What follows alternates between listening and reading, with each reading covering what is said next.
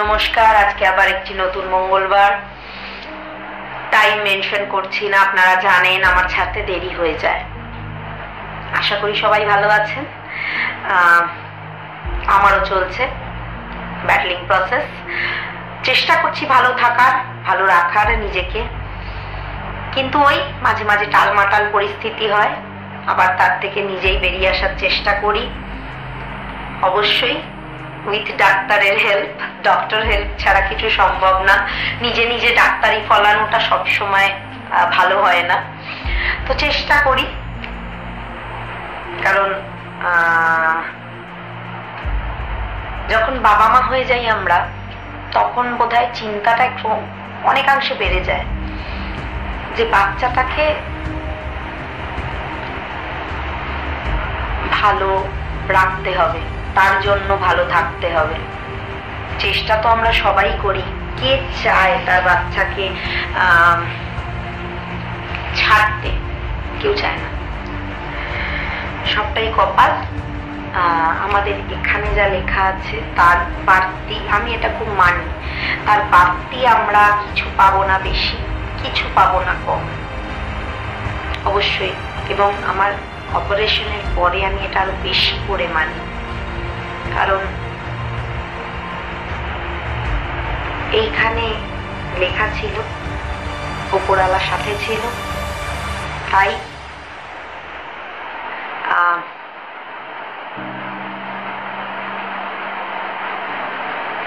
ফিরে আসার সেই এক্সপিরিয়েন্সটা খুব একটা সুখকর আমার জন্য ছিল না। তো যে গেলাম আর ঝট করে অপারেশন হলো, বাড়ি চলে এলাম, সেরকম প্রসেসের মধ্যে দিয়ে আমি যাইনি। যদিও আমি কথাটা রিভিল করবো না, বলবো না, বলাটা উচিতও না, মানে সবকিছু রিভিল করা যায় না প্ল্যাটফর্মে, এই প্ল্যাটফর্মে। তো ওই কথায় আছে, রাখে হরি মারে কে, আর মারে হরি রাখে কে। তো বলবেন যে মডার্ন আউটফিট তো পরেন, কিন্তু ভগবান এইসব পুরনো উইদাউট সায়েন্স এগুলোকে বিশ্বাস অনেকে বলেন, মানেন কেন? আমি মানি, আমি ভীষণভাবে মানি। ওই একটা শক্তি না থাকলে কোনো মানুষের ইচ্ছে কিছু হয় না, কেউ কিছু করতে পারবে না। কোনো সায়েন্স, কোনো মানুষ, কোনো কেউ কিছু করতে পারবে না। সায়েন্স তো অবশ্যই অগ্রগতি করছে, 100 বার সায়েন্সের হেল্প আমাদের খুব দরকার, কিন্তু ভগবান তো নিজে কোনোদিন আসবে না আপনাকে হেল্প করতে। বলে না যে প্রতিনিধিত্ব করে মানুষ, আপনার হেল্পের জন্য ঠিক কাউকে পাঠিয়ে দেয়, তো এবং সেটা কার্মিক একটা সার্কেলে চলতে থাকে। তো আমি সেটা খুব বিশ্বাস করি। ওই ওপরওয়ালা ছিল বলে আমার প্রসেসটা খুব স্মুথ না হলেও রেস্কিউটা উনি করেছেন। তো সেটাই, ওপরওয়ালাকে যদি ধন্যবাদ না দিই, ওই একটা বিরাট পাওয়ারকে যদি না মানি, তো সেটা আমার কাছে সেটা ভীষণ অযৌক্তিক ব্যাপার। মানে অবশ্যই আমি সায়েন্স মানি, আমি মেডিকেল জিনিস, যে মেডিকেল হেল্প ছাড়া কোনো মানুষের পক্ষে সুস্থ হওয়া সম্ভব না, সেটা মানি। আমাদের সায়েন্স এখন অনেক অগ্রগতি করেছে, অবশ্যই সব মানি, কিন্তু ওই যে ওই এক্সট্রিম পাওয়ারটা সবার উপরে। যাই হোক, আজকের আমার কবিতার বিষয়বস্তু হচ্ছে, এটাও ওই কিছুটা মানে ডিপ্লোম্যাট ওয়েতে লেখা। ভালো লাগলে অবশ্যই জানাবেন কেমন লাগলো কমেন্টসে, আর কবিতার বিষয়বস্তু সাজেস্ট করতে ভুলবেন না। সাজেস্ট করলে কিন্তু আপনাদের নাম এবং জায়গার নাম দিয়ে অবশ্যই বলবেন, কারণ আপনাদের নামটি আমি নেব। আমার গলার অবস্থা একটু খারাপ, আমার ঠান্ডা লেগেছে, এবং আপনারা জানেন তো মানে ঠান্ডা লাগলে আর একটু আর মানে ব্যথা বুদ্ধি তো আজকাল আমাদের সবার সঙ্গী, কারণ হাঁটুতে ব্যথা, কারণ ঘাড়ে ব্যথা, তো এইসবগুলো আরো বেড়ে যায়। একটু ডাউন শরীরটা, গলার আওয়াজেও বুঝতে পারছেন। তো যাক, আর বেশি কথা বাড়ালাম না, এই কবিতাটি আগে বলে নিই। আজকে কবিতার বিষয়বস্তু হচ্ছে গাছের বীজ রক্ত মাংসের মানুষের মতো, বড় গাছ তার থেকে হয় ফল, ফলে হয় বীজ, সেই বীজ যখন সংরক্ষণের পর বা এমনি যদি অবলীলায় গাছ থেকে পড়ে তখন অঙ্কুরোদ্গম হয়, থেকে এই বীজ। গাছের বীজ যেমন ফলের ভিতর হয় তৈরি, ঠিক তেমনি মানুষের পেটে তৈরি হয় পরবর্তী প্রজন্মের ছোট্ট ভ্রূণ, যা হয়তো বা মেয়েদের পেটের অর্গানস দের তৈরি। বা একটা কথা বলতে পারি, তৈরি শুধু নয়, বৈরি। অঙ্কুর বেরোবার আগে গাছের বীজের চলে প্রসেসিং, জল, হাওয়া, রোদ সব পর্যাপ্ত পরিমাণে গ্রহণ করে তবেই তা শেপ নেয় অঙ্কুরের। ঠিক তেমনি মানুষের গর্ভে পর্যাপ্ত পরিমাণ খাওয়া, বাতাস, জল সবকিছু দিয়ে তৈরি ধীরে ধীরে হাত পা মাথা সব নিয়ে শেপ নেয় একটা মানব শরীর। যদিও তারপর বীজ বলুন আর মাতৃগর্ভই বলুন, দুটোই প্রায় পথে ভঙ্গুরের। তারপর যখন ছোট্ট অঙ্কুর চারা গাছ বেরোবার আগের পর্যায়ে আসে, ঠিক তেমনি মানব শিশু বাইরের জগতে প্রথম পদার্পণের আগে বেরোবার জন্য নির্গমনের পথে আসে। তারপর ধীরে ধীরে অঙ্কুর উঁকি দেয় সূর্যালোকের দিকে তাকিয়ে। প্রথম দেখা সূর্যালোককে প্রণাম সারে মাথা নামিয়ে। তেমনি মানব শিশু যখন মায়ের গর্ভের ভাসমান পথ পাড়ি দিয়ে বাইরের জগতে প্রথম মাথাটা বের করে, তখন সে আবার মায়ের গর্ভে থাকার মতো ভঙ্গিতে ফিরে যেতে থাকে উৎসাহিত, ফিরে যেতে থাকে উৎসাহিত ভঙ্গিতে ফিরে যেতে থাকে উৎসাহিত। মাথা বাইরে বের করে বাইরে শত লোকজনের মুখ দেখলেও খোঁজে সেই মায়ের মুখটাকেই, হয়ে ছোট্ট শয্যায় শায়িত। মায়ের পেটের ভিতর যেমন 9টা মাস থাকে গহীন অন্ধকার, ঠিক তেমনি বীজের খোলের ভিতর থাকেও তেমনি অন্ধকার। বাইরে বেরিয়ে ঠিক যেমন হয় একটা অঙ্কুরের বাইরের পৃথিবী দেখার স্বপ্ন সাকার, ঠিক তেমনি মানব শিশুর মায়ের গর্ভের ভিতরকার স্বপ্ন বাইরের পৃথিবীতে এসে পায় সদ্যজাত প্রাণের আকার। কি এবার বলুন তো, মিল আছে না? সেটাও প্রাণ, এটাও প্রাণ। শুধু গাছ কথা বলে, গাছও কথা বলে, সেটা এখন প্রমাণিত। গাছেরও প্রাণ আছে, আত্মা আছে, সেটাও প্রমাণিত। শ্রী শ্রী সারদা মায়ের কথাতেও উল্লেখ রয়েছে তার। একজন গাছের মৃত্যুর আগে মায়ের সঙ্গে দেখা করার গল্প।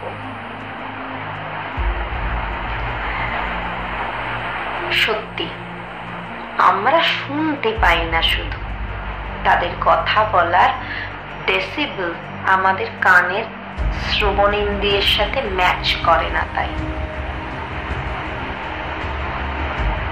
কিন্তু তা বলে এটা নয় যে পৃথিবীতে যারা প্রাণ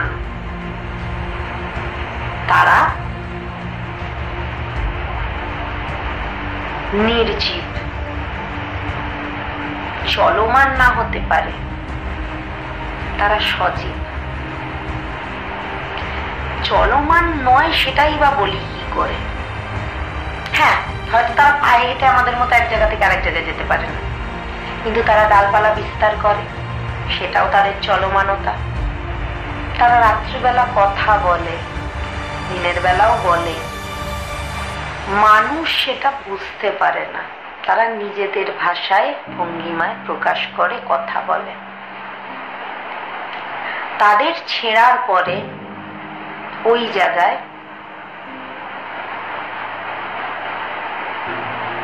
সামথিং একটা I think night vision camera, I think so, আমি সঠিক জানি না, কাজেই নামটা যদি ভুল হয়ে থাকে আই এম এক্সট্রিমলি সরি। সেখানে না তাদের কয়েক মিনিটের জন্য বোধহয় সামথিং আই রিকল, সেটাই আমার মনে পড়ছে, আমি যে গল্পটা পড়েছিলাম, তাদের একটা অবয়ব, ব্লুইশ একটা অবয়ব ছেঁড়ার পরেও দেখা যায়। সেটা তারা বা সে হয়তো তখনও বোঝেনি,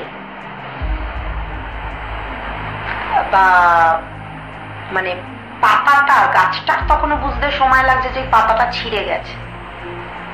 সেটাকে আমরা কি বলবো? অবচেতন মন। তারা যখন কথা বলে নিশ্চয়ই তাদের বোধ ক্ষমতাও রয়েছে, তাদেরও নিশ্চয়ই অবচেতন মন থাকতে পারে। তো একটা গাছ, একটা প্রাণ, কথাটা কিন্তু কেমনি আসে সবাই জানেন, সেটা প্রত্যেকে জানেন, কেউ কারোর কাছে এটা অজানা নয়। আমি এমন নয় যে আমি জ্ঞান দিচ্ছি, আমি যে বেস করে কবিতাটা লিখেছি সেই বেস করে আপনাদেরকে কথাটা শুধু বললাম। একটা গাছ থেকে, একটা বীজ থেকে যখন একটা নতুন গাছের প্রাণের জন্ম হয়, ঠিক একদম অ্যাকিউরেট ওয়েতে আমাদের মেয়েদের গর্ভে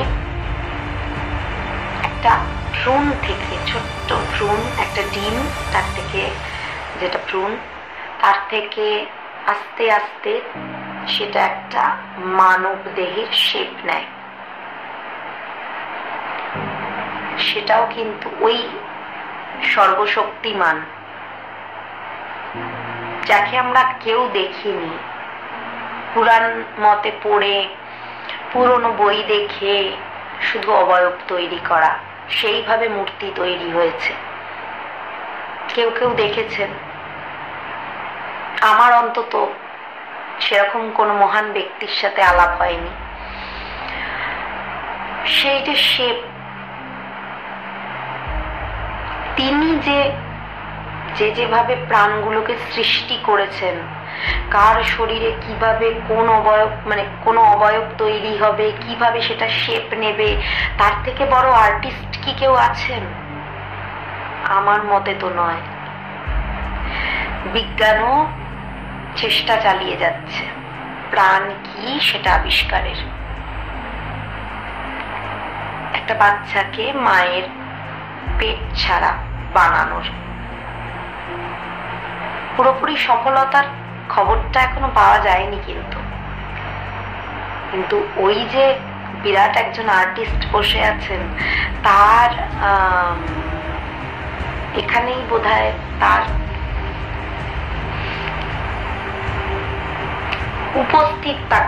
উপস্থিতের প্রমাণের সার্থকতা,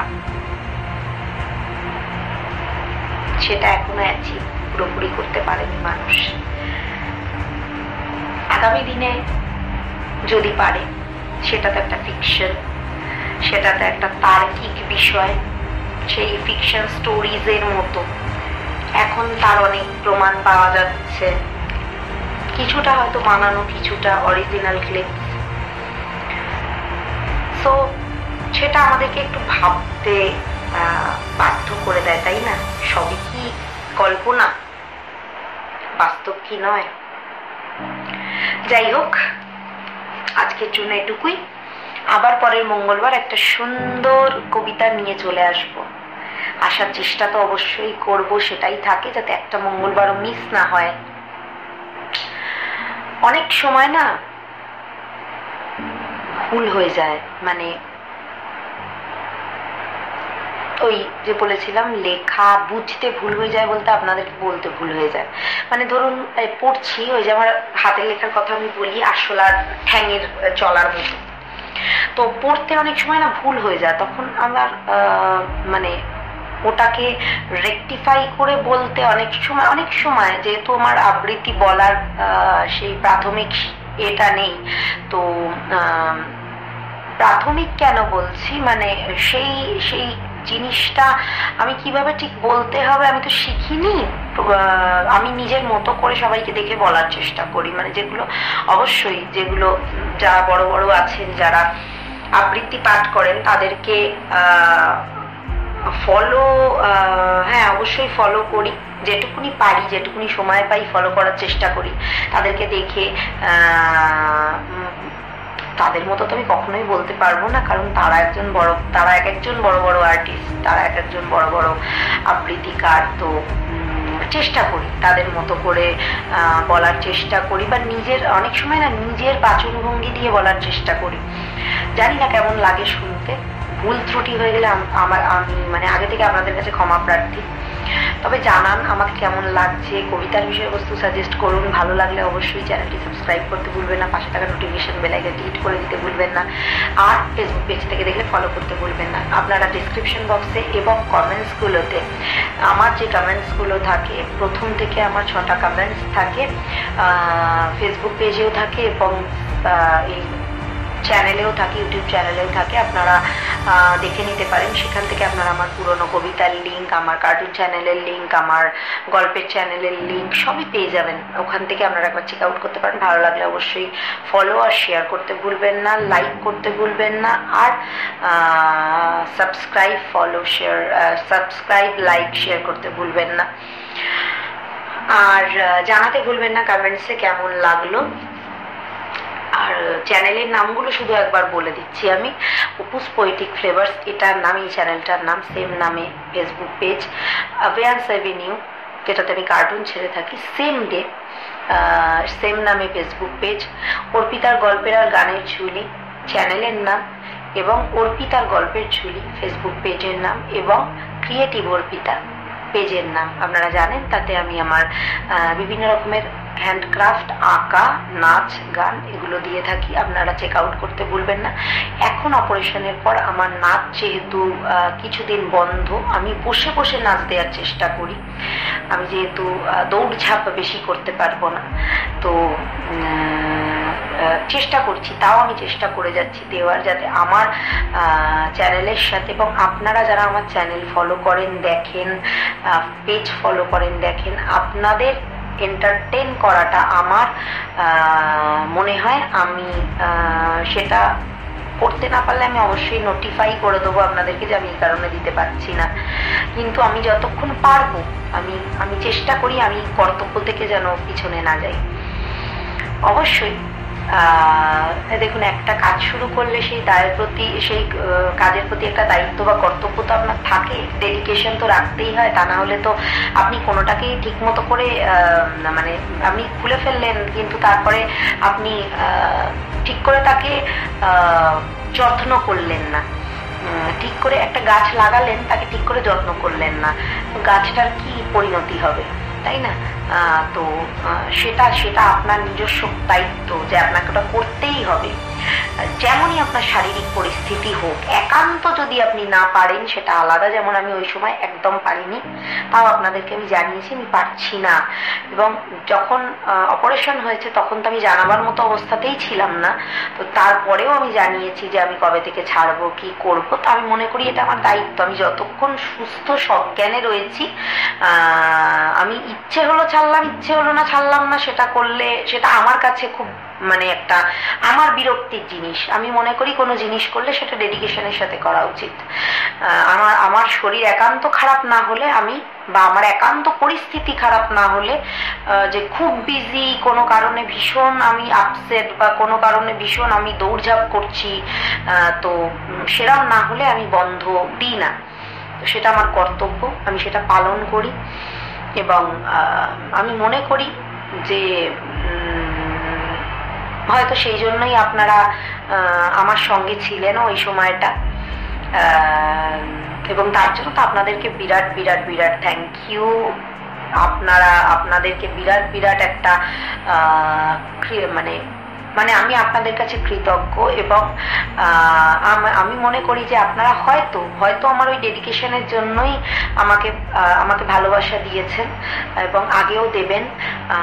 এবং অবশ্যই যদি আপনাদের ভালো লাগে, আমি কখনোই কাউকে বলবো না যে ভালো না লাগলেও আপনারা সাবস্ক্রাইব করুন। আপনাদের যদি ভালো লাগে অবশ্যই তবেই সাবস্ক্রাইব করবেন, ফলো করবেন এবং শেয়ার করবেন বেশি করে। আজকের জন্য